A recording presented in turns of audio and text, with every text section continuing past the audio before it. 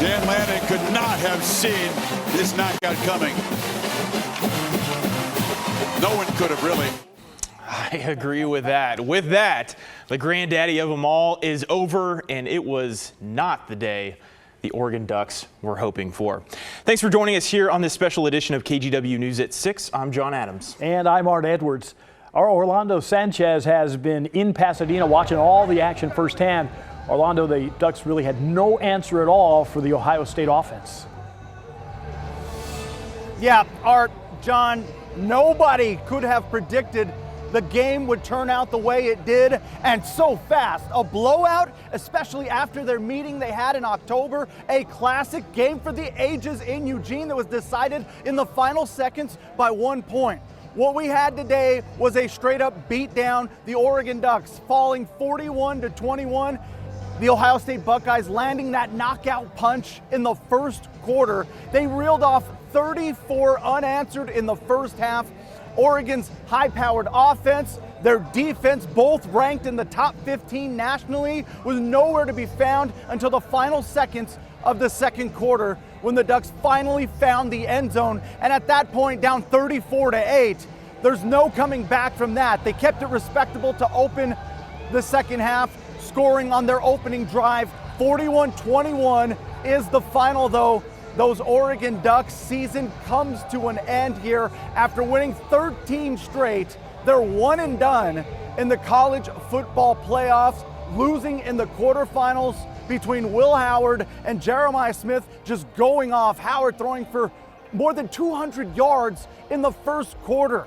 Smith, a machine, a player Art and I have talked about on Sports Sunday. We are going to see him on Sundays very soon and on your fantasy football teams because he is a special talent. He was the MVP of this game, and when they were hitting home run plays, electric plays, it was so much to overcome for those Oregon Ducks in just a disappointing way. And I got to witness the Ducks walking off the field just a minute ago. Obviously disappointed, the emotions on their face, because they were expecting so much more after what was a magical regular season.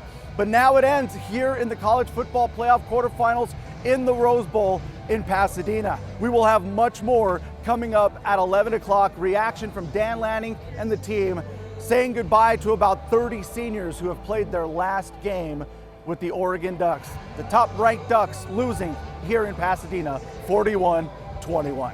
Back to you in the studio. Quick question for you, Orlando. Did you feel in the second half when they went down and scored that maybe there was a chance they could come back in this game? You know, Art, I had said it was over when they got up in the second quarter, but I said, you know what? If they can put together a perfect second half, the perfect first half that Ohio State had, maybe, just maybe, but as soon as Dillon Gabriel was sacked on back-to-back plays that basically iced the game. Gabriel sacked 8 times. That was almost as many times as he was sacked for the regular season altogether. But as you know, when you get down, you've got to throw it a bunch of times. So he took a lot of hits, and it just wasn't enough to overcome. So yeah, just a disappointment all around for these Oregon Ducks that expected so much more. They certainly did. Thank you, Orlando, there in Pasadena.